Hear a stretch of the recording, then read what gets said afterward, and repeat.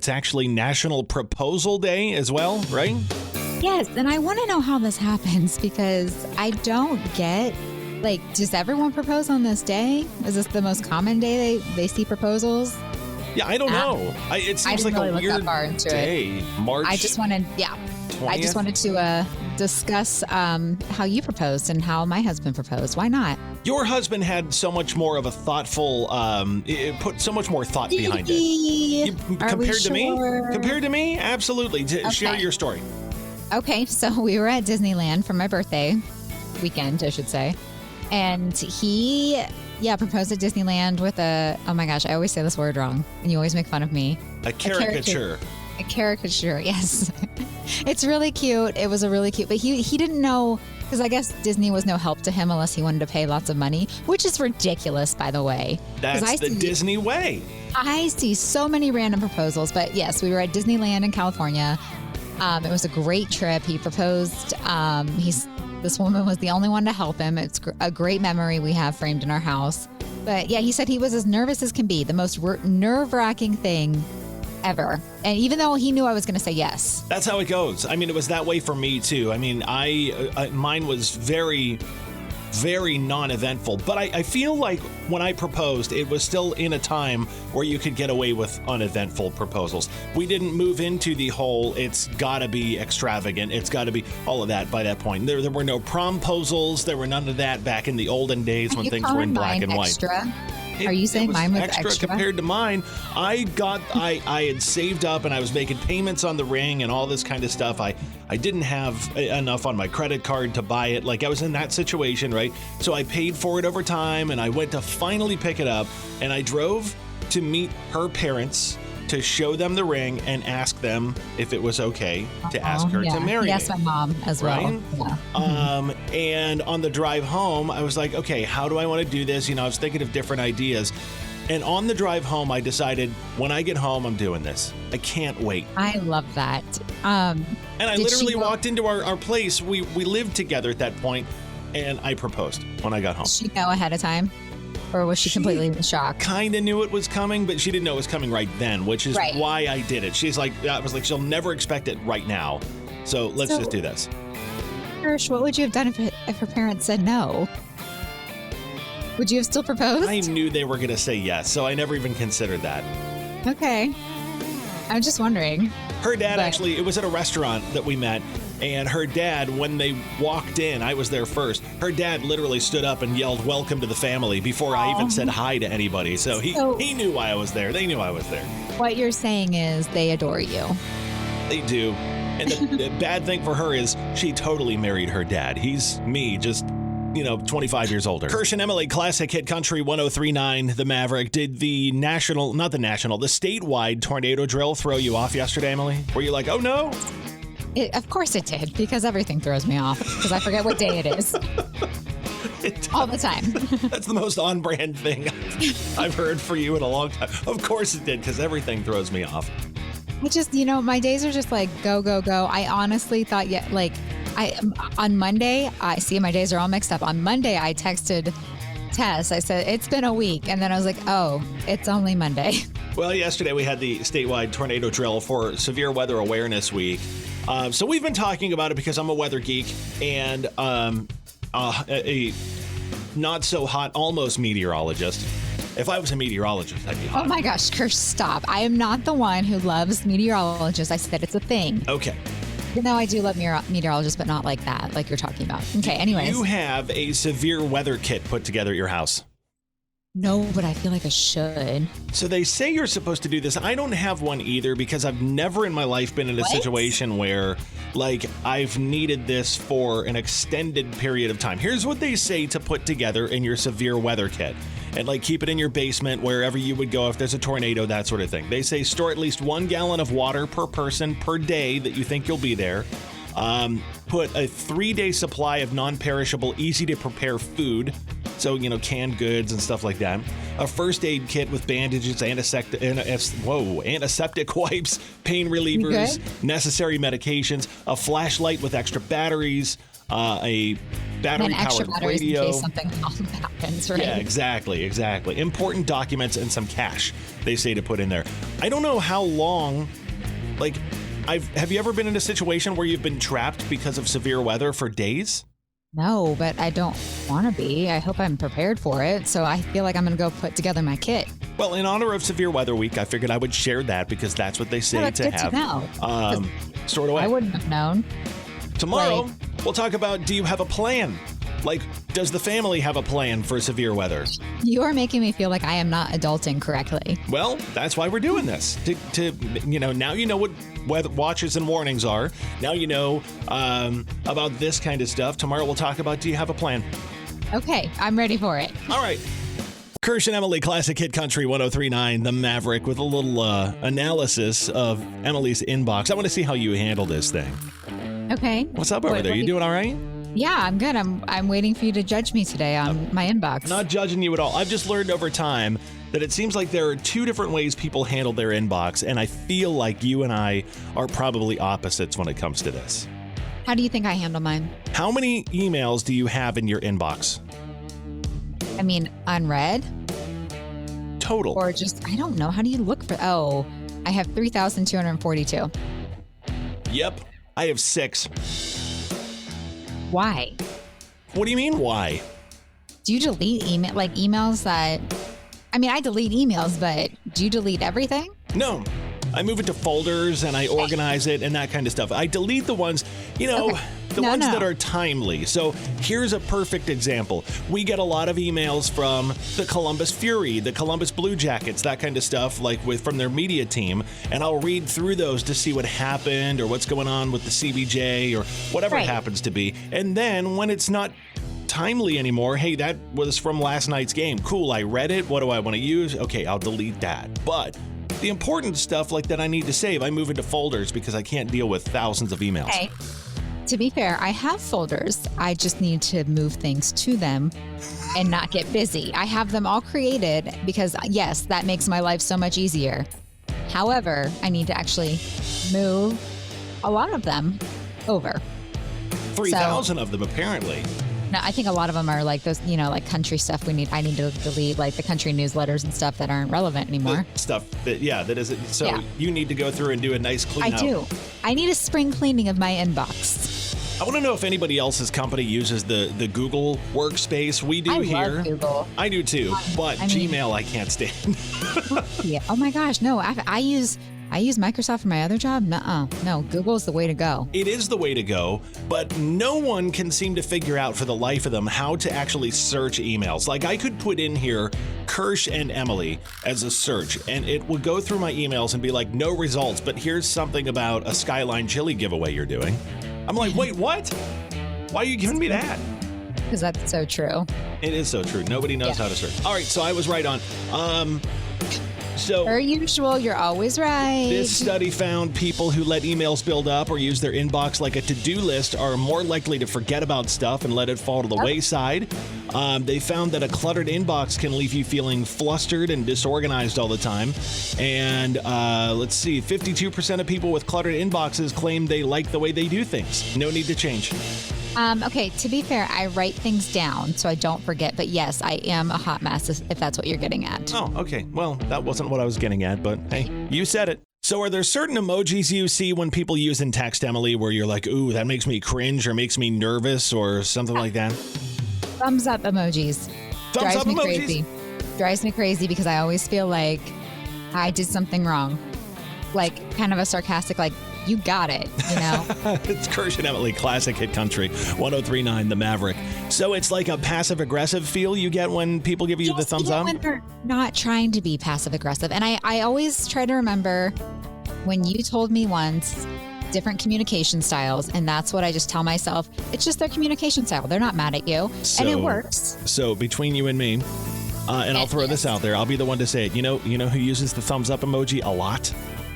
Who? Johnboy Crenshaw. I know that, and can you imagine, me, who is nice and helpful and everything, and I'm like, oh my gosh, okay, no, please don't be mad at me, even though I know he's not. You know what's He would funny, tell me. though? When I was reading through this, it said that different, age groups used emojis differently. So to somebody in their 30s, the thumbs up might be super like passive-aggressive, rude, hostile. To somebody who's in their 50s, it may not come across that way. So you kind of have to know your audience, I think, when you use them. Exactly. So I remind myself of what you said. People have different communication styles, and it does make me feel a little better. Here's the 4 that they said are the most, cringe when people use them. So the thumbs up came in at number 1. Of course it did. It's passive-aggressive, they say. It's rude, it's hostile. Besides, it takes the same amount of time to hit the big thumb as it does the okay. Stop being lazy is what this says. Yeah. I don't think and that's the thing with Johnboy, I don't think he's being passive-aggressive at all. No, he's just hey, thumbs up, cool. But however, if my husband was to send me the thumbs up, yes, he would be very passive-aggressive. Crying, laughing came in second. The laughing one with the tears coming out. People rarely cry with laughter at a joke told via text. So using this often just outright is disingenuous. Plus, too many old codgers use it is what this says. I don't really necessarily agree with that one because if something like you say makes me laugh really hard, I'm going to use that one. I use that one too. But I always use the one that's tilted. Yes, the tilted one makes me, you're making me laugh so hard right now. The other one's like, oh, you made me laugh. Poop emoji came in at number 3. Poo is not cute, it's gross, and should have never been, what is that, anthropomorphized? Why did they use that word? Invented, let's say. Whoever wrote this is trying to sound a lot smarter than they are because they're judging emojis. It's like, why is the poo so happy? And then the last one on here that they said is cringe is the red heart. I don't know. The red heart came in at number 4. There's so many different heart emojis to choose from that opting for the red heart feels like a lack of imagination. I don't agree with that because I just use the red heart because isn't your heart red anyways? I will match it with a theme, the color, but... Just don't send a thumbs up and you'll be happy.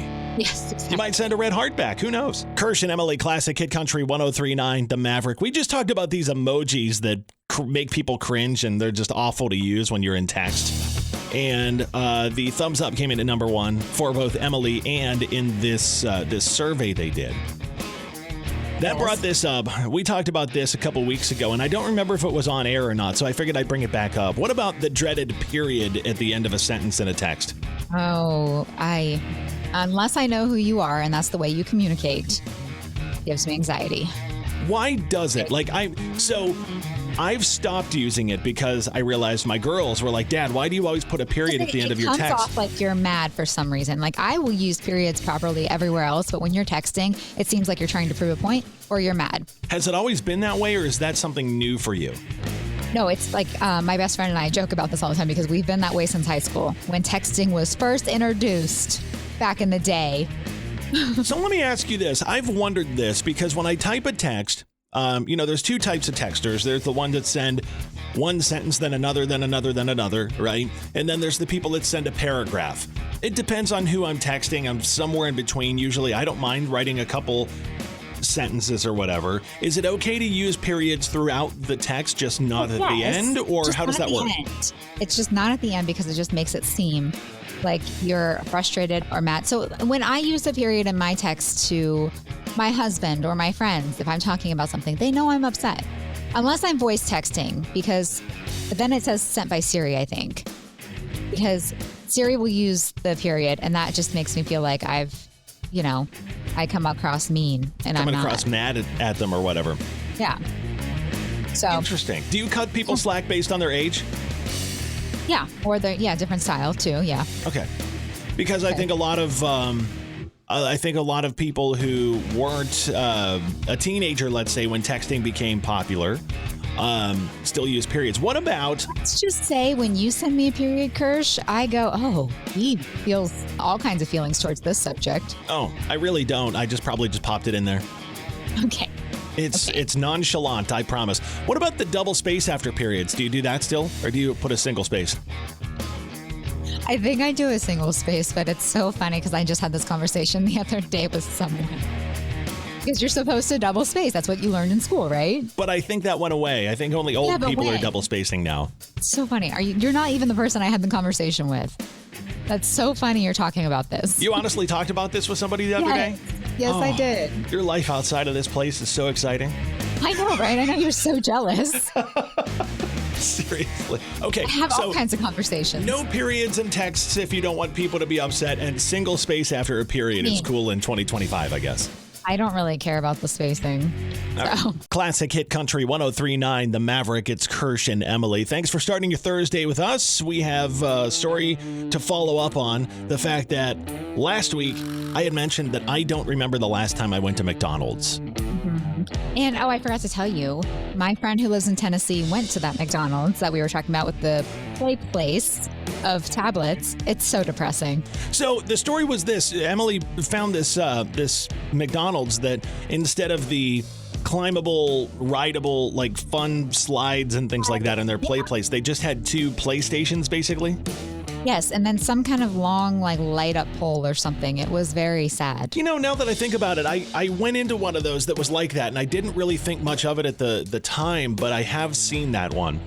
It's depressing, yes. The reason I bring this up, did you see this story about the guy who just continues to set the world record for how many Big Macs he's eaten?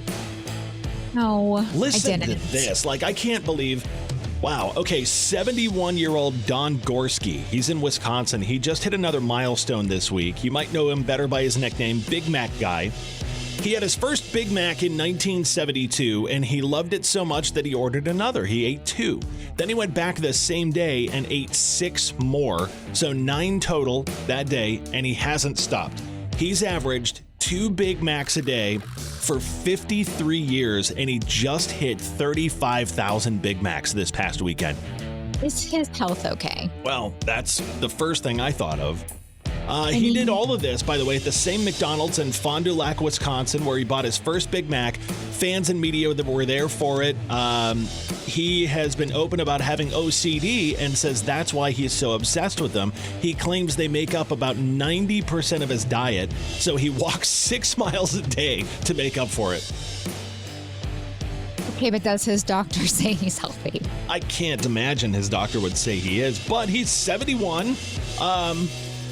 He's eaten 35,000 Big Macs, and I think it's a miracle he's still alive.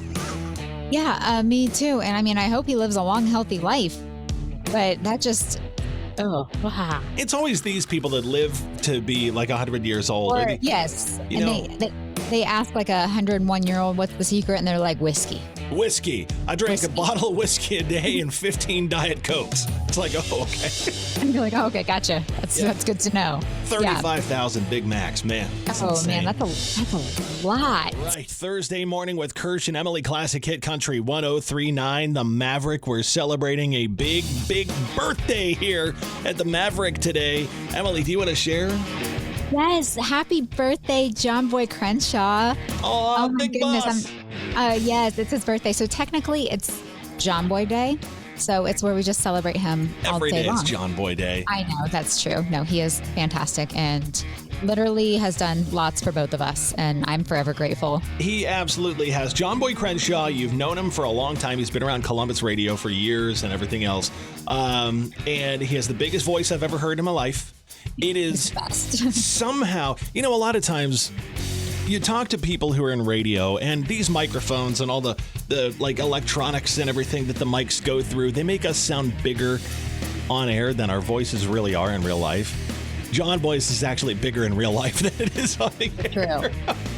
And look, I don't know about you, and I literally remind him of this all the time, but I do need to share.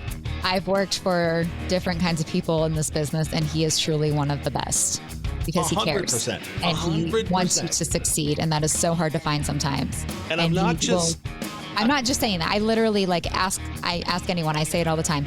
I'm not just saying that either. I mean, he did tell me if I ever said anything other than that, I'd be fired. But I'm not just saying that. Pretty sure he's told you multiple times he would never fire you, so.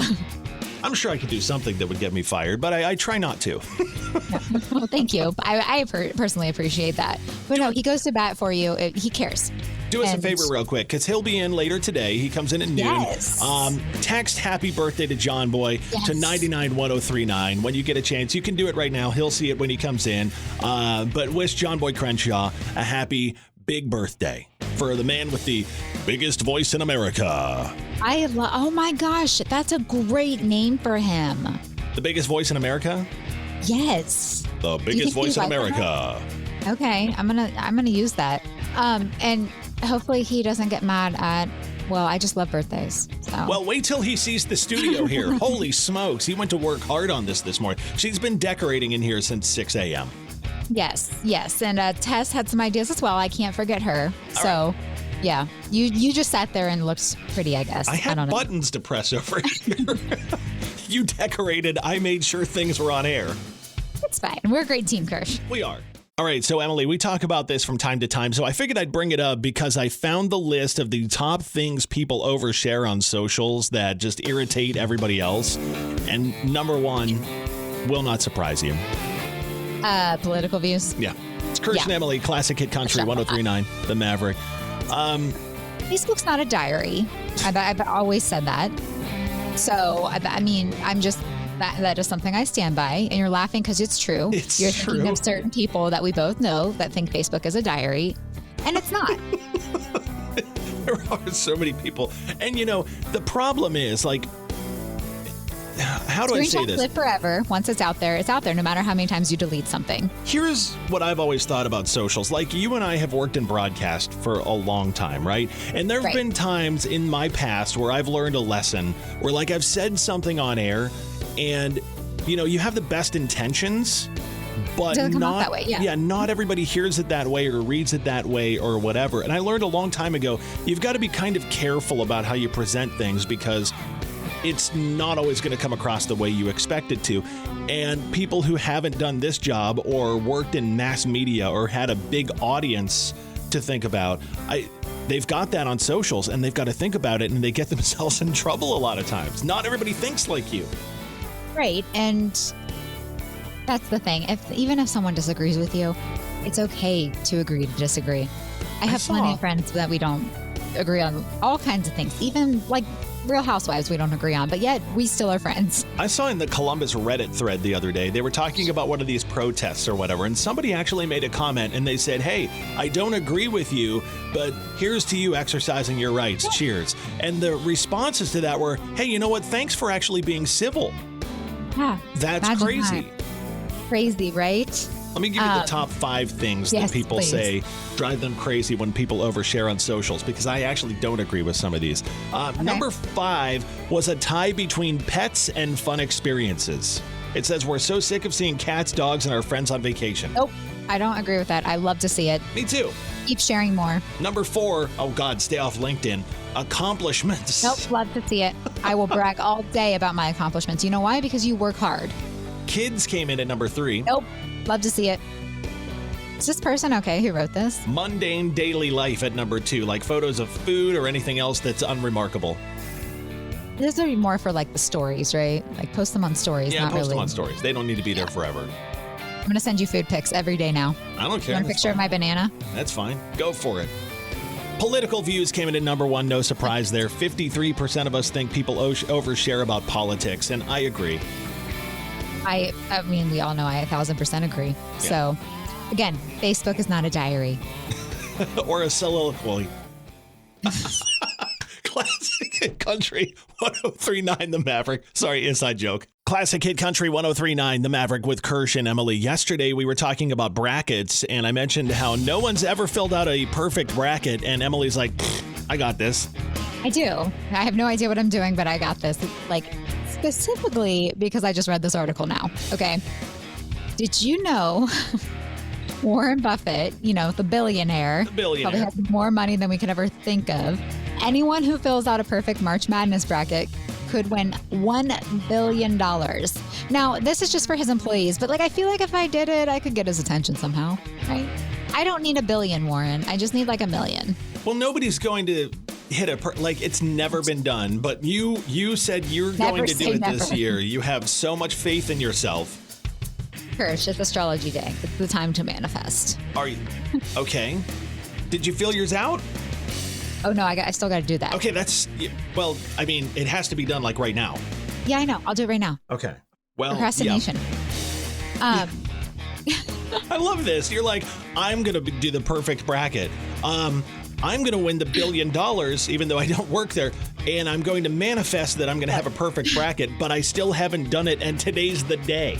And guess what? When he asks how I did it, I'm going to say manifesting, and then he's going to roll his eyes at me and probably not give me the money anyway. Well, then I'd like to I shake don't think his he hand. would ever give me money, but you know. I'd like to- A girl can dream. Look, Warren, we're right here. If we get a great bracket filled out, we like money too, you know? So how do you manifest? Because I want to do this. You said I'm not a manifester. Oh. Can I learn to be a manifester? Oh, it's your type. It's your birth chart. What It's is your that? human What is design. that? It's your human design. It's about the time you were born, the place, everything like that. Remember, I My told you all about birth this. chart. All they gave me when I was born in Pennsylvania was a birth certificate. They didn't give me a chart. I need a whole, I need to get an astrologist in here for you to just explain it all and make your eyes roll. Let's do it. Honestly, can we? Because I would love it. If you're an astrologist, please text us 99103.9 He wants to because see your certificate approved. I want to see, yes. I'll show you my birth certificate and then you can tell me everything. You can be like, you Okay. were born in Pennsylvania. I'll be like, wow. If I somehow magically get you to meet Luke Bryan and talk like Luke Bryan, then in front of Luke Bryan, then I want you to look at me and go, I manifested it. No, and have because him say that's it realistic. too. Yeah, fine.